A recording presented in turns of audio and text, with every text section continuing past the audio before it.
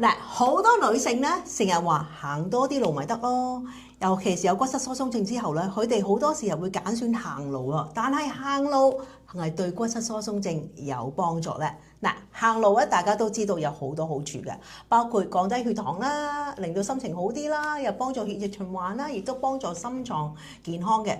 但係對骨質疏鬆症嘅女士或者男士嚟講，行路係一個好選擇咧。咁今日咧問下Dr. Clement Liu 啦，Clement，咁啊，你做咗隻醫咁多年啦，你覺得行路係一個好選擇咧？行路咧，睇下你而家嘅情況係點啦。有啲人咧係冇喐動嘅，即係由後生啊至到年紀大啊，都係坐咗喺度嘅。嗰啲人咧就可能行路係一個好嘅開始。係。不過嗰個壓力咧未必係夠嘅。係。好多時咧，我哋嘅骨骼咧係一個生物嚟嘅，需要壓力嘅。唔係單止我個地心吸力嘅壓力啦，不過亦都要增加佢個壓力咧，先至可以強化嗰個骨骼嘅。如果我代替呢個樽啦，係一個骨啦，我哋需要好多唔同嘅壓力嘅，唔同嘅方向嘅壓力咧，先至可以強化到佢。譬如我哋要有少少壓扁嘅壓力啦，拉長嗰啲壓力啦，或者扭轉呢啲壓力，先至會令到你個骨骼咧可以承受到唔同個方向嗰啲壓力，去預防到你有骨折嘅。我哋點解要對我哋嘅骨骼健康咁注重咧？因為我哋想預防有骨折嘛，所以預防咁有骨折咧，我哋要令到啲骨骼要承受啲壓力係唔同個方向嘅。所以一定要做啲運動咧，亦都係有唔同嘅方向性，亦都要有夠壓力嘅。我哋嘅骨骼咧係一個生物嚟嘅，唔係一個死物嚟嘅。呢個樽係個死物。如果我撳落去撳10年咧，呢度咧會扁咗落去嘅。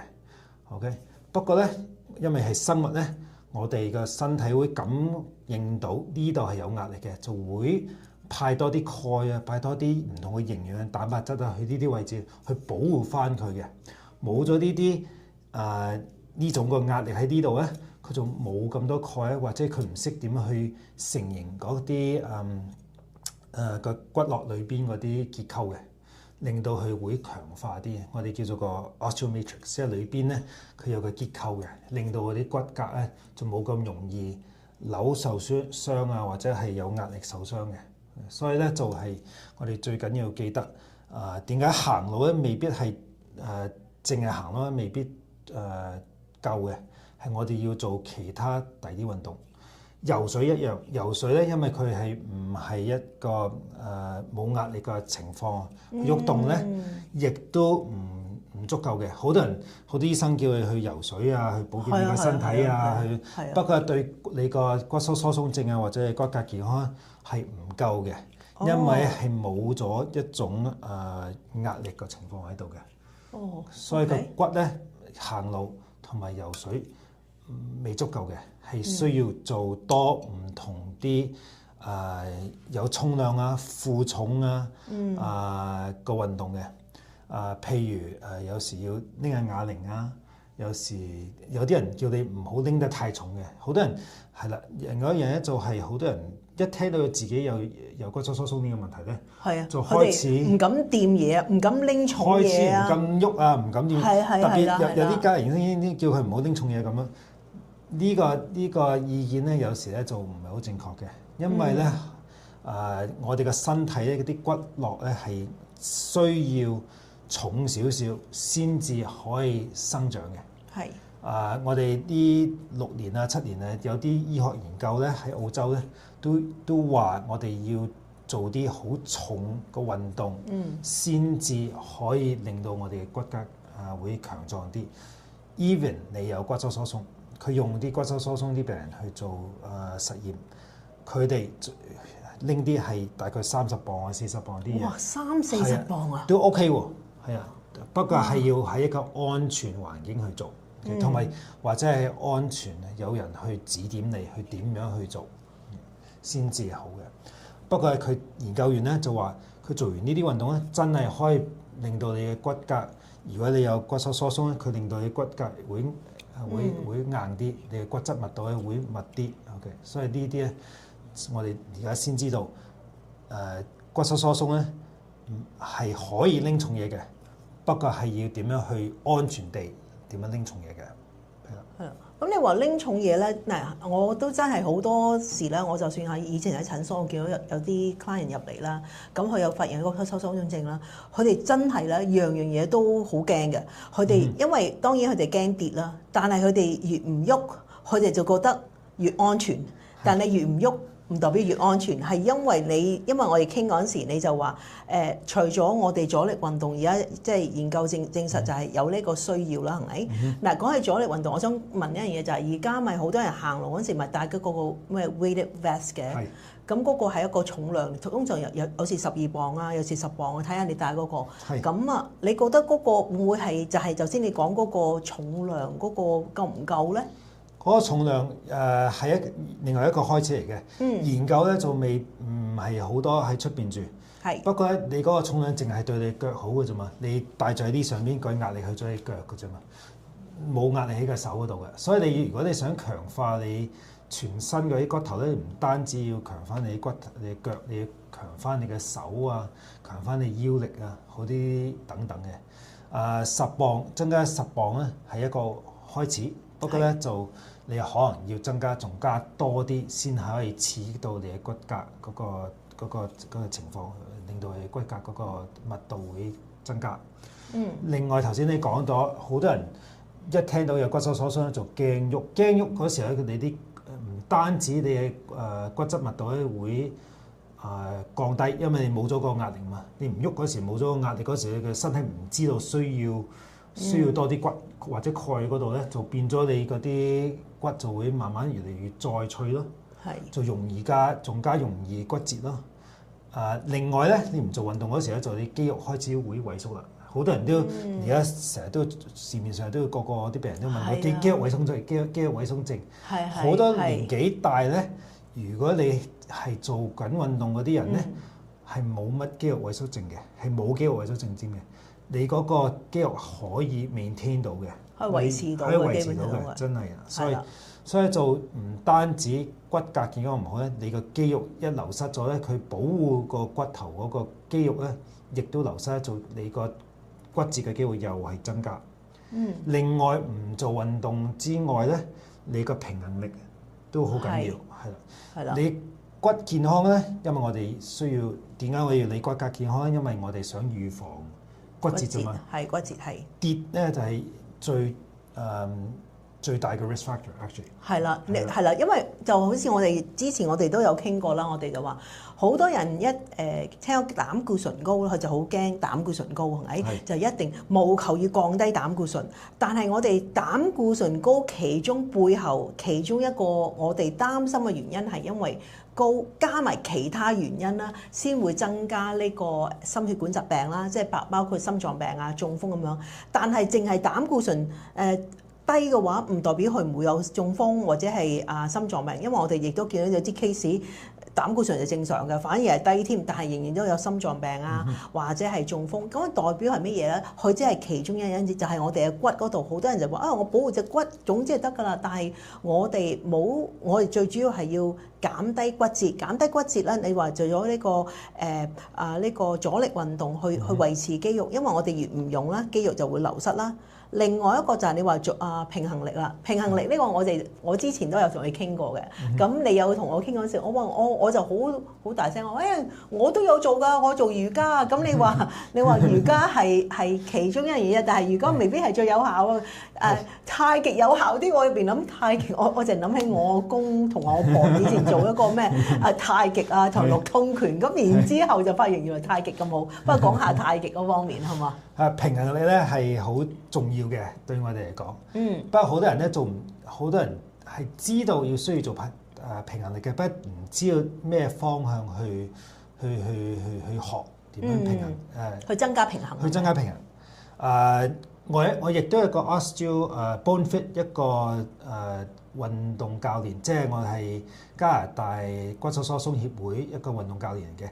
裏邊咧佢都研究話太極咧係對我哋嘅平衡係最好嘅，亦都 Harvard 嗰個 medical school 亦都係咁講嘅。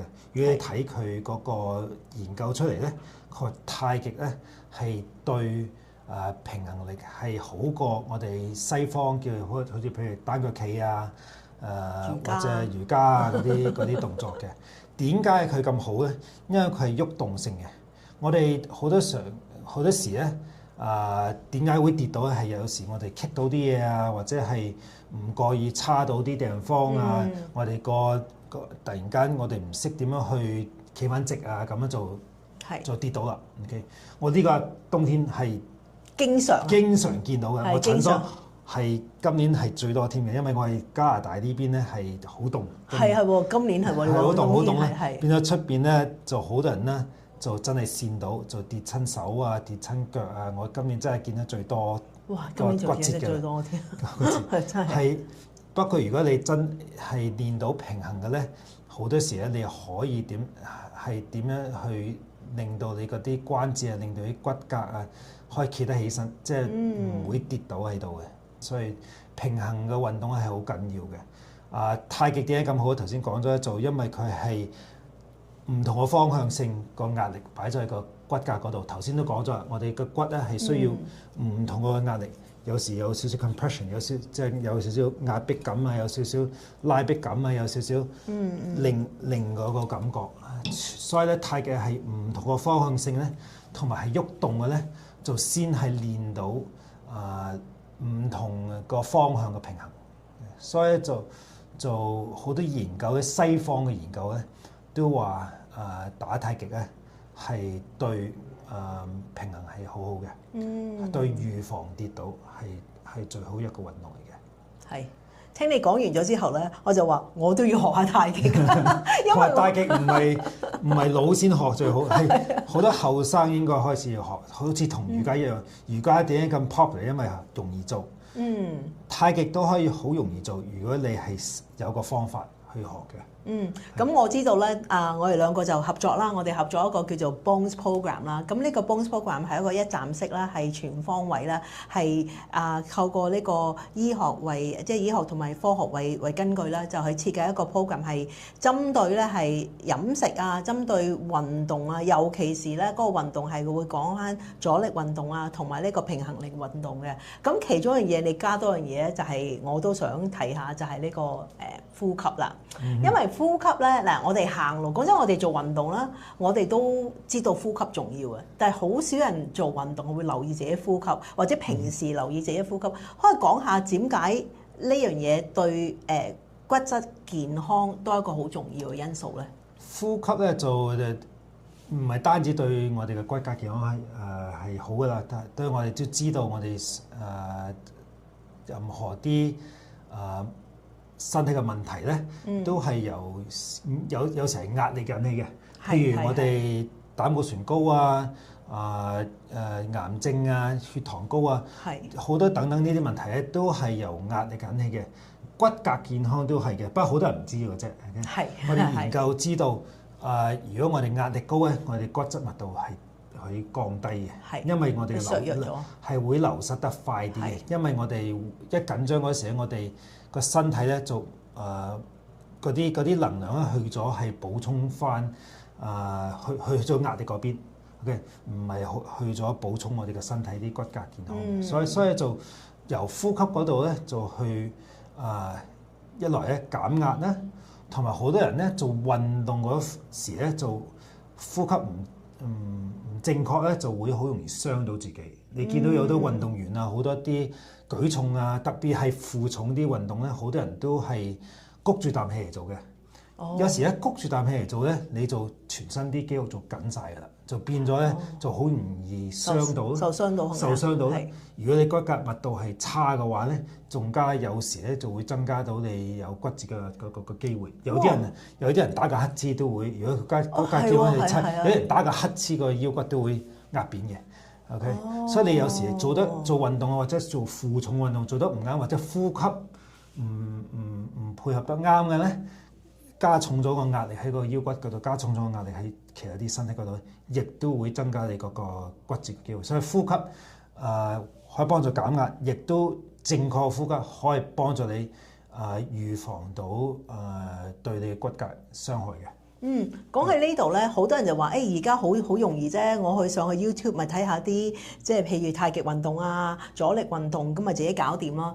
但係我哋個個都知道啦，嗱，你喺網上去抄嗰時，因為嗰個導師未必有喺呢方面嘅專家啦。第二嚟講嗰時咧，你做嗰時你嘅姿勢可能做得唔啱，呼吸做得唔啱嗰時，就分分鐘可能仲危險嘅。所以咧譬如我哋設計嘅 Bones Program 嗰時咧，你唔單止教佢哋點樣去將我哋講嘅，就先你講啦，呢個呼吸啊，加埋呢個太極啊、八段錦啊，加埋阻力運動，加埋一齊，令到佢係全方位去針對點樣去即係冇令到即係肌肉減低之外咧，亦都去增加呢個骨嘅即係骨骼健康之外，亦都係減低呢個咩骨折啊，即係跌親啊等等嘅情況。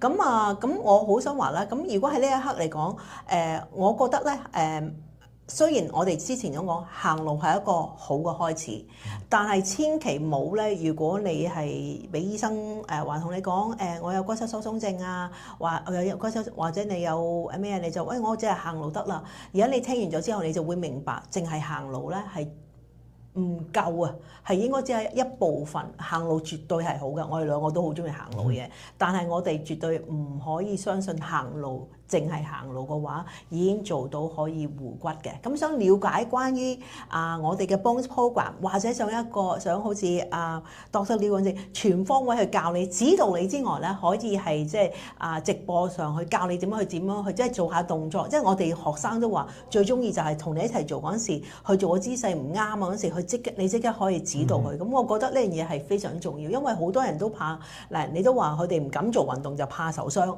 所以更加需要有個專業人士去教你，唔好俾你受傷，而同一時間係得到嗰個好處。咁有興趣想要了解多啲咧，可以咧入去我哋呢個 description 喺呢個 video 下邊啦 ，click 入邊嗰個連結啦，就可以了解關於我哋嘅 Bones Program。同一時間咧，我哋亦都有個小禮物俾你嘅，嗰個小禮物咧係一個免費嘅指南。嗰個免費指南係講緊我哋嘅5步驟咧，點樣去強健我哋嘅骨骼，同埋咧減低我哋嘅骨折呢方面。如果有興趣嘅話 ，click 下邊咧，你就入去你個 email address 咧，你就會收到呢個免費嘅指南啦。咁記得行路係一個好開始，但係真正去護骨咧係唔係淨係要行路，要做埋其他嘢啦。咁希望呢個今日個 video 對你有幫助，亦都俾你知道冇淨係做一樣嘢，我哋要各方面嘅喺阻力啦、平衡力啦，同埋姿勢啦，呼吸啦，我哋都仲未講飲食嗰方面，就係講呢樣嘢要做得啱。係一個好重要嘅，我哋下次再傾過。如果有關於骨質疏鬆症呢啲任何啲問題想要我哋去解答嘅話，可以喺下邊亦都可以留言俾我哋知道。我哋下次再見，拜拜。拜拜。Hello， 大家。溫馨提示，呢個影片咧只係一個健康嘅教育影片，同埋一般嘅資訊嘅用途，絕對咧係唔代替你嘅家庭醫生嘅意見。喺任何健康嘅問題，應該同翻你家庭醫生去傾下。我哋下次再見，拜拜。